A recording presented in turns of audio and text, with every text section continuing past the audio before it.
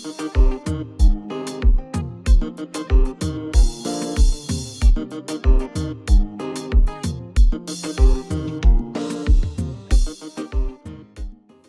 welcome back, Dr. Marcelo Hochman. Dr. Hochman, I thank you for coming back on the podcast again after a snafu with the audio quality on our last podcast interview. Glad to be back. And in fact, I'm happy that I have a new microphone that takes care of the problem. So. Yeah, it sounds great.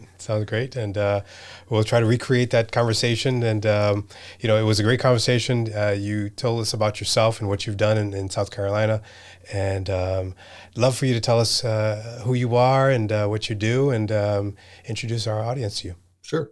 Marcelo Hochman. I'm a facial plastic and reconstructive surgeon here in Charleston, South Carolina. And I'm currently the president of IndieDocs, or Independent Doctors of South Carolina. And I've been here about 30 years in independent practice.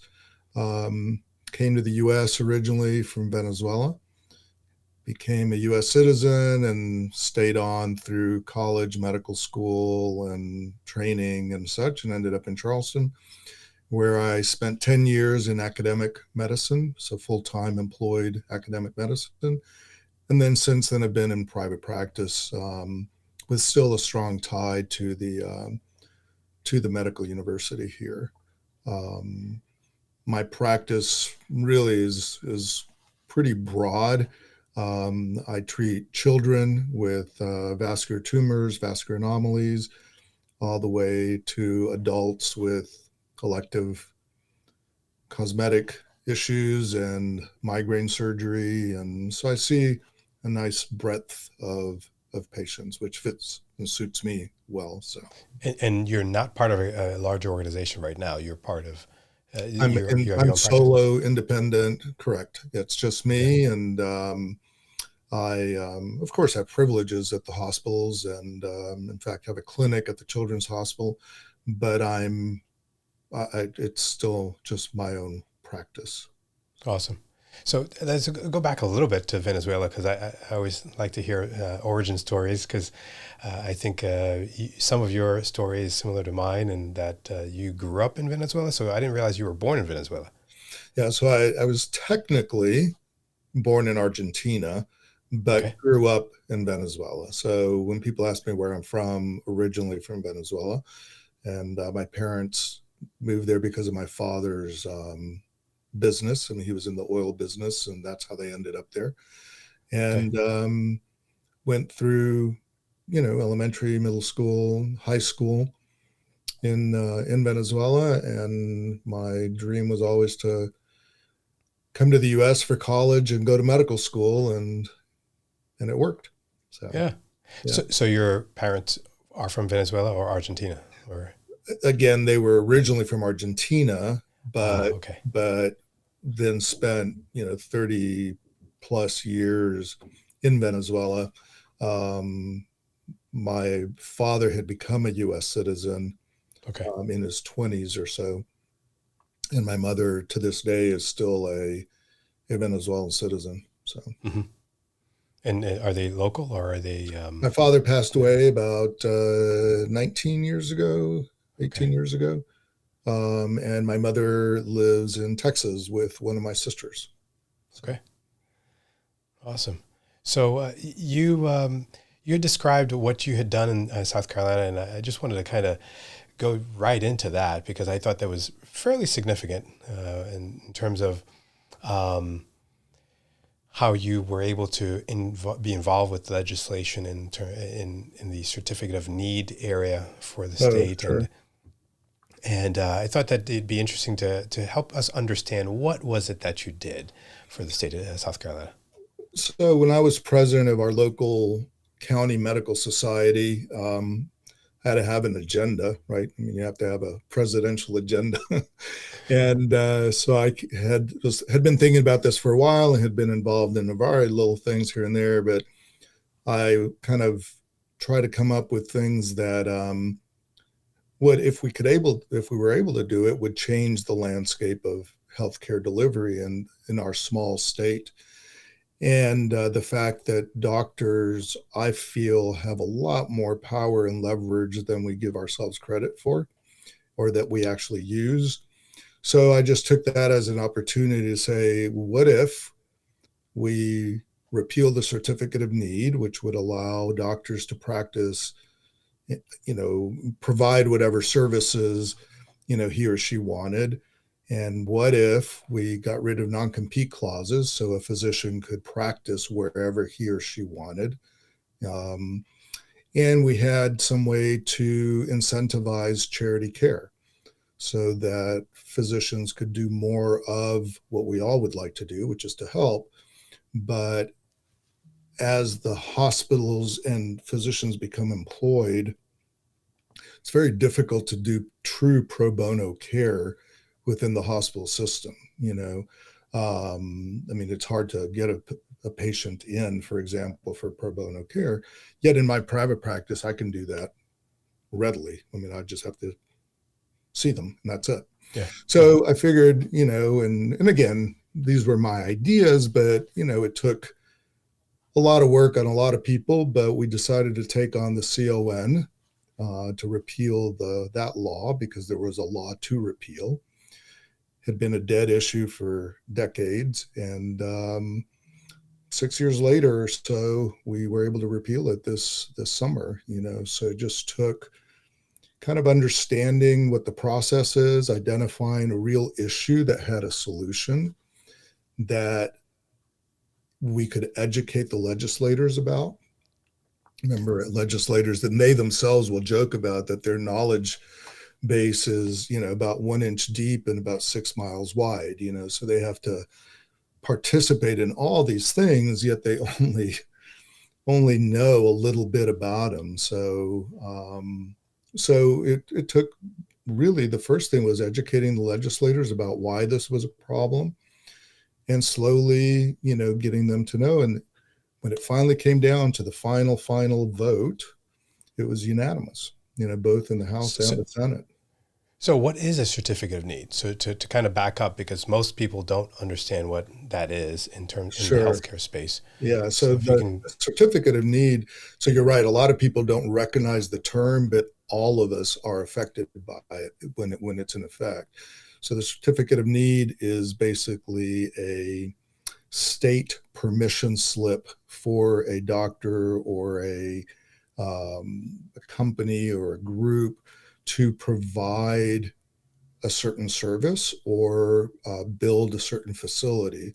So, for example, South Carolina had the ninth most restrictive CON law, which means that there were 25 plus services and facilities that you had to convince the state that there was a need for that.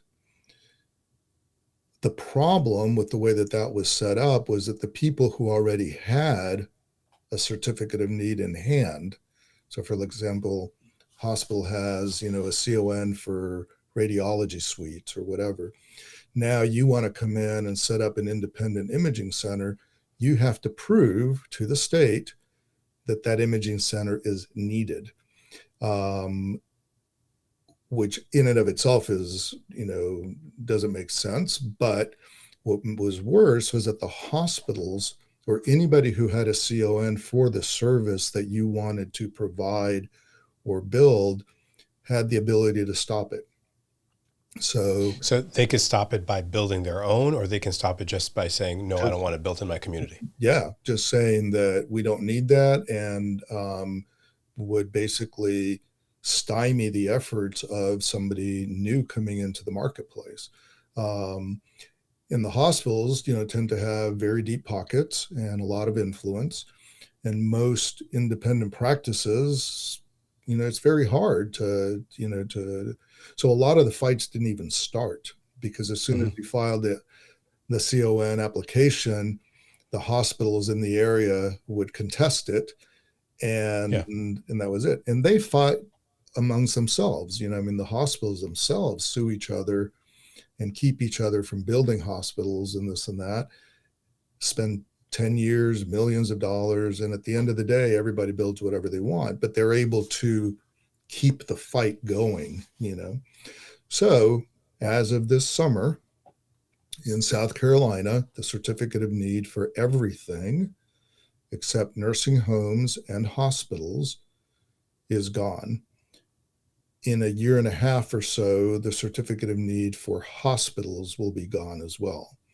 So it will be basically 99% eliminated, which means So that do you? anybody can come into the marketplace, and if they're able to make that business work, it only helps patients and access, and will help with pricing. I mean, it's like Lowe's being able to tell Home Depot that they can't build across the street, Which they do all the time. which they do on purpose, right? Yeah. Because it's good for everybody. It's good for the companies. It's good for us as consumers, and so there's a reason why that works. So So why has it been proliferated so long, so hard? I mean, I think I know why, but I'd like to hear from you. yeah, well, basically, it was a program that started in the 70s, I believe, by the federal government, trying to contain costs and try to prevent, I'm sorry, duplication of services. Do we really need 40 MRI machines and, that kind of thing. So it Yeah. was, as most laws, there's some good intention, but tons of unintended consequences. So very quickly, the federal government said, yeah, forget it. That didn't work. Okay. But in the ensuing time, states had passed laws and started enacting the CON requirements. And whenever you have a law, you have special interests, right? So Mhm. if there's a law that benefits you, you're going to fight to keep that law in place, right?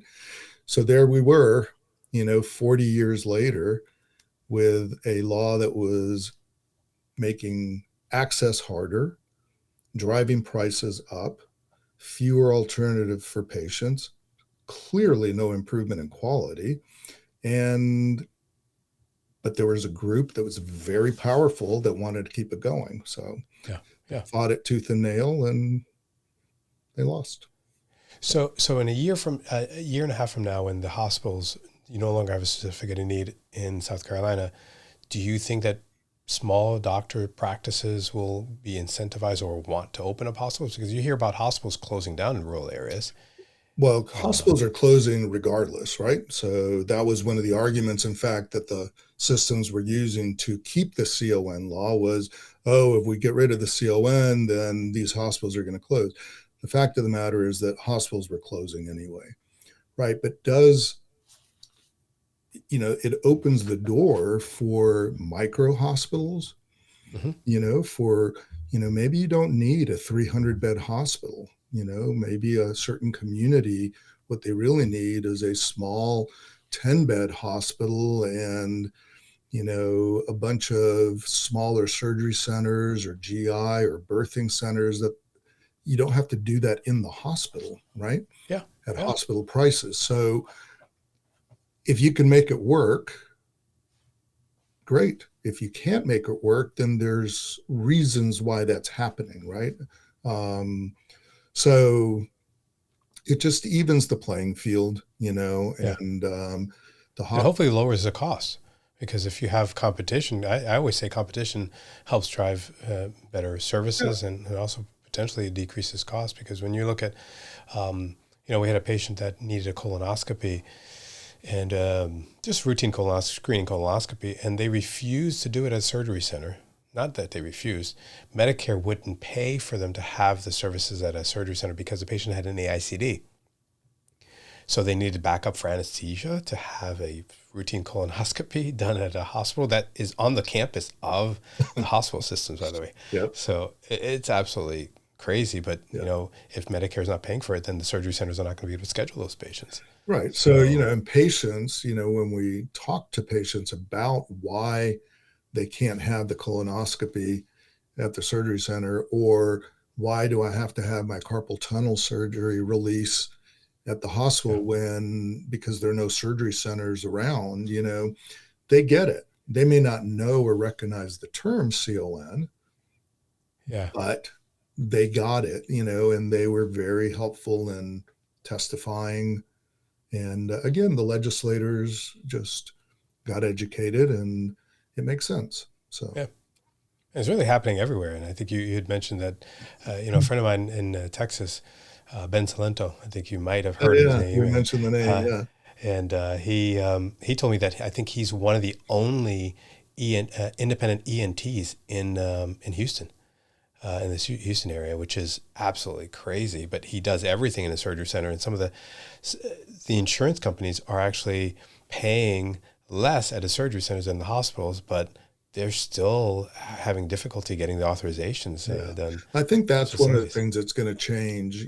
So in just recently, Blue Cross Blue Shield, which is the big payer in South Carolina, they're in one of their company-wide reports basically said that independent facilities and physicians services provided by independent physicians and facilities were far more cost efficient than Go. the same services provided by hospital owned facilities. And we've known that for years, right? I mean, we've known that's the case. However, the fact that Blue Cross Blue Shield is now put it in writing and acknowledging it, then hopefully that means that they will help preferentially drive patients to Dr. Salento's and such, right? Yeah, yeah, rightfully Where so. it saves the company money, provides patients typically better quality, and more access, right? The more places you can Yep, go, the better off you are. So yep.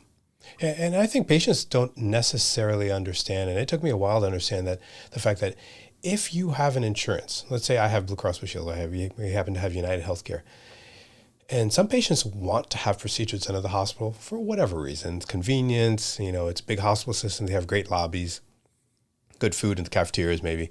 But when they have these procedures done at the hospitals and it costs 5 times more than if it were done in an outpatient center, someone is going to pay for that increase in expense of that insurance company. So whether it be through increasing premiums, increasing copays, but the insurance company is there to make money. So if they're having to spend more money because they're having to pay out more claims at hospital systems, I think patients need to understand that, as well as right. doctors. So literally today, I had a letter to the editor published in our local paper.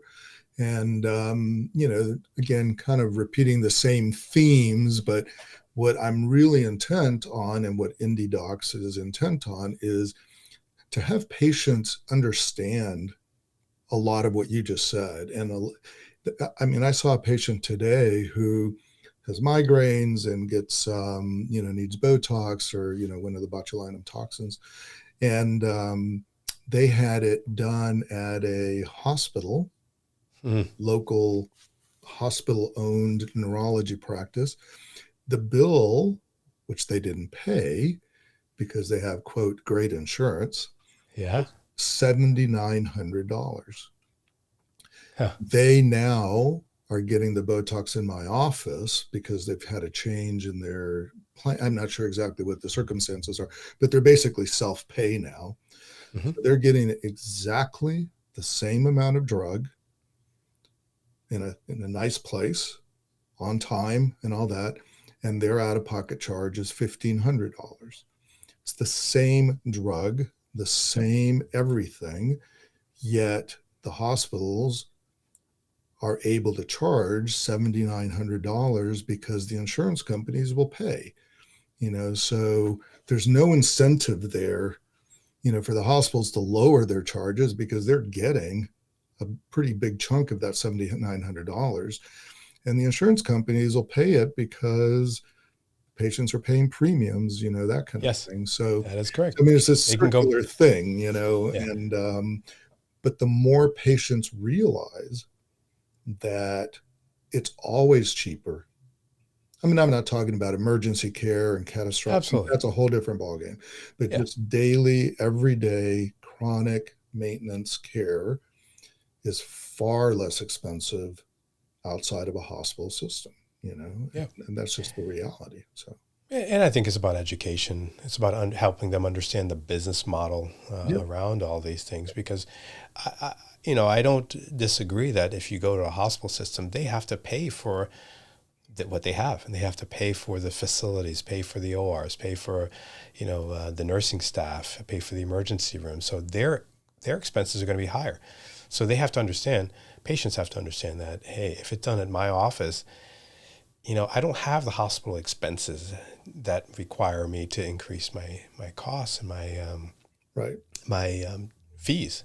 Yeah. So I think that's a great example as to how once we have the ability to have competition without the certificate of needs that kind of drive down competition, I think that's a good thing. So you mentioned IndieDocs, and I know that we're going to be at a conference. We were graciously invited to participate in IndieDocs, even though we're in Florida. But before we get to IndieDocs, you're doing work in South Carolina. Is there plans to do this in other states, in other areas?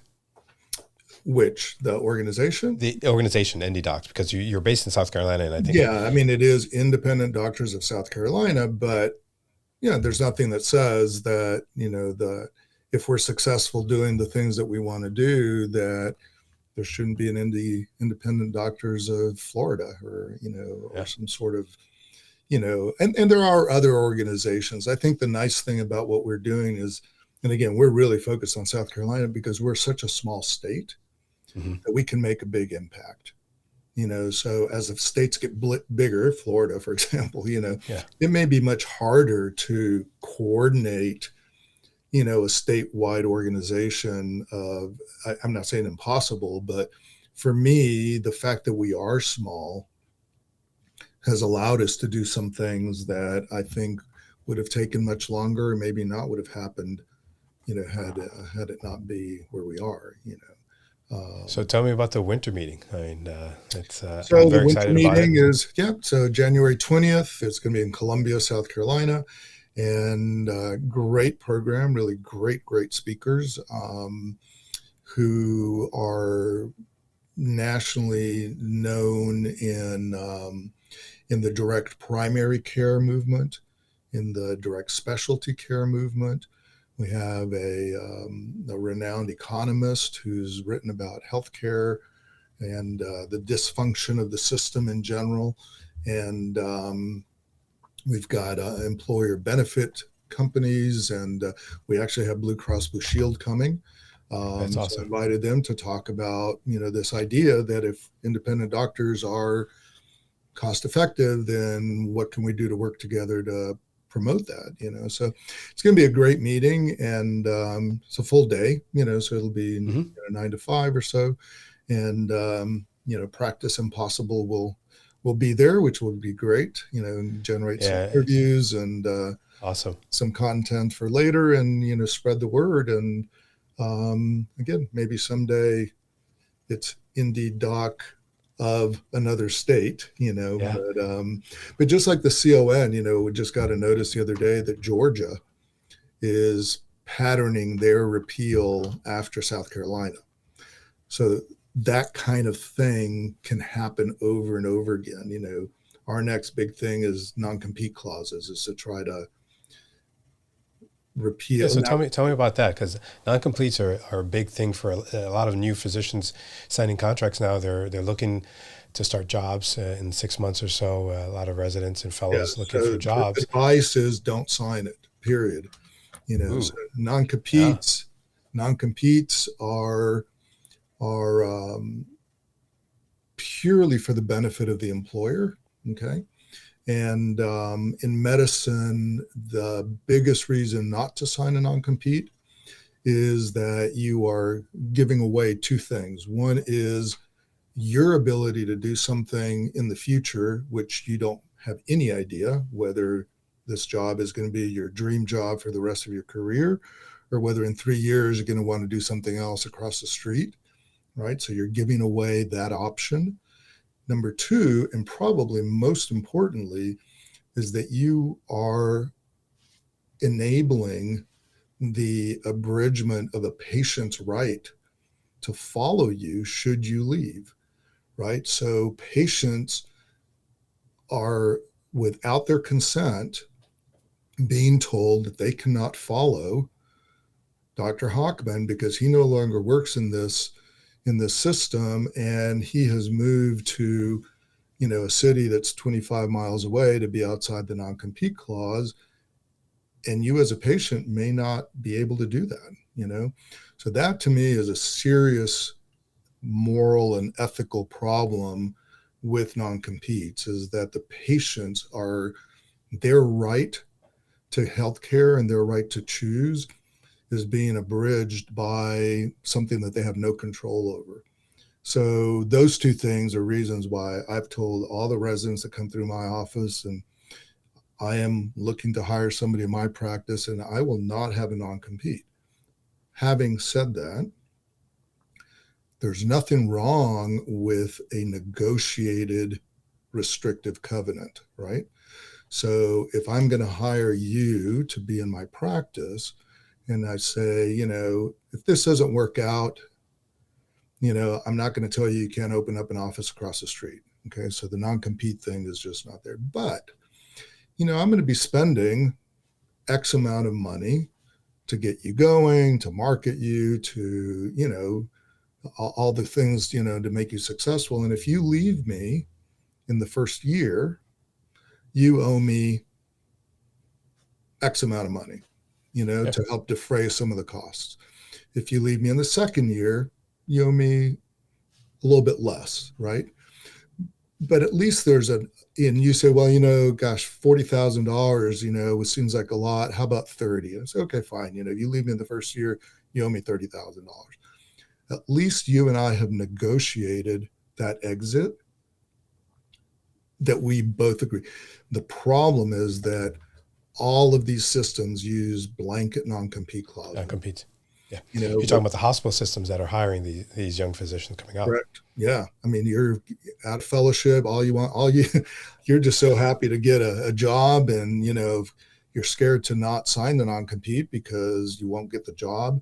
Well, non-competes nationally are a big topic right now, and I'll predict that in South Carolina, they will go away in the next 2 or 3 years, because like the CON, it's just a matter of showing why they're bad. Plus, interesting thing is that, the lawyers, so the legal profession, the American Bar Association, as part of the code of ethics for lawyers, prohibits them from entering into blanket non-compete clauses. So lawyers don't have non-compete clauses. Now they can enter into a negotiated restrictive covenant, just like we talked about. So most of the legislators are lawyers.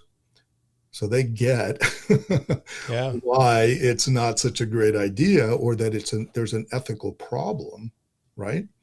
So I have very high hopes that physicians in South Carolina will be exempt from non-compete clauses. 50% of states already exempt physicians from non-compete clauses. Yeah, and I think what we're doing here is creating awareness of these issues that kind of stifle the physician entrepreneur who wants to start a business, that wants to do things on their own, and may not get that opportunity working with a large organization. But if that large organization does well for them, then that wouldn't be a discussion. It's what happens is they hire these physicians and offer them things that are unrealistic, and then they realize that they can't participate, and then they're kind of stuck with these non-competes. And I agree. I think it's part of competition. Yeah. If you're doing a good job, if I'm doing a good job for you as a physician, you'll stay. Yeah. And if you won't, then I'm not going to prevent you from practicing somewhere else. As long as it's not direct. When I say direct competition, if they're not stealing or taking patients directly from me. So that's a different story. So again, that can be something that can be spelled out. Yeah. That, the patient list in the practice belongs to the practice, right? Yeah. So you can't print off the patient list. However, I don't think there's anything wrong with letting the patients whom you have treated in the practice know that you are opening up shop somewhere else. Yeah. I think that's what the patients would want, right? Yeah. If you've established a relationship with them and they want to follow you, great. If they don't, great, Yeah. but the hospitals don't own the patients, even though they act like they do, and we are allowing them to enforce these contracts, which are not in the best interest of physicians or patients. So, Yeah. And I think if you're a physician that's listening to this podcast, then you'll know how we're trying to teach physicians to understand the business of medicine, to understand how to negotiate, to understand what they can say and how they can say it, so that they will benefit from any organization that they're wanting to work with, or yeah, I that mean, they want to be involved with. independent practice is not for everybody. Employed Yeah. practice may be great. I mean, I'm not knocking it for everybody one way or the other, but like you said, I mean, you need to be informed and aware and exercise a little bit more leverage than you think you may not have. I mean, you are what the hospital systems or the practice or the clinic or whatever, the physician is a core part of that, right? I mean, you can't practice medicine without physicians, in spite of a lot of the other changes that are happening, right? But Yeah. you Yeah. still need MDs, and as a physician, you should know that you're much more valuable than you give yourself credit for, or that we as a profession give ourselves credit for. And DOs. We don't want to leave the DOs out. Yeah, no. I mean, by Yeah. MDs, DOs. I MD. mean, Yeah. physicians. I mean, Absolutely. IndieDocs. I mean, it's MDs and DOs. Yeah. So, Yeah. Yeah. And although there is, I see a push to educating nurse practitioners with doctorate degrees to somewhat confuse the population as well. So I think as consumers, we have to also understand the training differences between MDs, DOs, and nurse practitioners. And I have two nurse practitioners in my practice, and they're doing great. And I love the work that they do. But there's always a place for them. But what I see, especially in urgent care settings and walk-in clinics, I see a lot of push for these hospitals to hire nurse practitioners and not MDs. And I'm wondering if that's because physicians are getting smarter, maybe, and negotiating better. well, I think And the reality is that that hospital systems, that physicians are a line item now. They are an employee. They're part of yeah, the staff. And as far as the hospital is concerned, the whole movement is to get rid of the hierarchy of in medicine, right? Is everybody's now an equal a, member of a team, you know, yeah, a provider, and that, a yeah, practitioner. provider, and that to me, there's a lot of negative things that go along with that. Yeah, I mean, I yeah, see for this sure. every day when patients come to see me, and I'm more tertiary care for some things. Um, and you ask them who their doctor is, and they'll mention a name, and it's not their doctor. I mean, it's the PA. Yeah, So yeah, again, not that PA has not done a good job, but the patients are confused as to who's doing what. yeah, And if you're getting ready for surgery, have surgery, and in the holding area, Dr. Jones comes in and introduces himself or herself, saying that, I'm Dr. Jones and I'll be giving your anesthesia. And it's a CRNA with a doctorate degree. That's very different. I think that in the hospital setting, patients expect the doctor to be a doctor, MD, DO, yeah, not, I mean, even in universities and all that, it's okay to call professors Dr. So and so, but very few academic or people in academia call themselves a doctor outside of their space, right? And that confuses, it's really very confusing in the hospital. yeah, yeah. So anyway. So teaching, you mentioned teaching. So do you still teach residents? Yeah, so the plastic surgery residents at the here in the program come through my office, and they Okay. go through various other offices, but Okay. they get exposed. But that's one of the things that, again, getting back to IndieDocs, the plastics is a little bit different because that tends to be inherently part of the training, and these young people see independent practice as a real option. I mean, that's just part of one of the Yeah, options. yeah, However, if you're a pediatrician, or if you're PM&R, or if you are family practice or an internist, there's not a whole lot of exposure to independent private practices during yeah, training. So what happens is that if all your mentors are hospital-based people and you don't ever rotate outside of a hospital-owned situation, I mean, it's unreasonable to expect that all of a sudden you're going to go out and open up your own practice, right? yeah, yeah, It's one of the things that we want to educate young people in training. So, I mean, membership in IndieDocs for a medical student, a resident, or a fellow is $10. I yeah. mean, That's awesome. we want people to come see what it's like. Talk to people, network, and how do you do this? I mean, can I really do this as a pediatrician? The answer is yes. Yeah, there's plenty of us doing it, and it's just a matter of how you do it and where you Yep. get your knowledge from. Yep. So, Yep. so where do you see the future of independent doctors? I know that you feel, and I'm sure you feel that the future is bright if we can educate our population. But do you see what challenges do you see in the future? Well, I mean, I think the reality is that more than 50% of physicians are now employed in practices in which they don't have ownership. Yeah, That's a given, that's a reality. And that trend has continued that way over the last few years for a lot of reasons, right?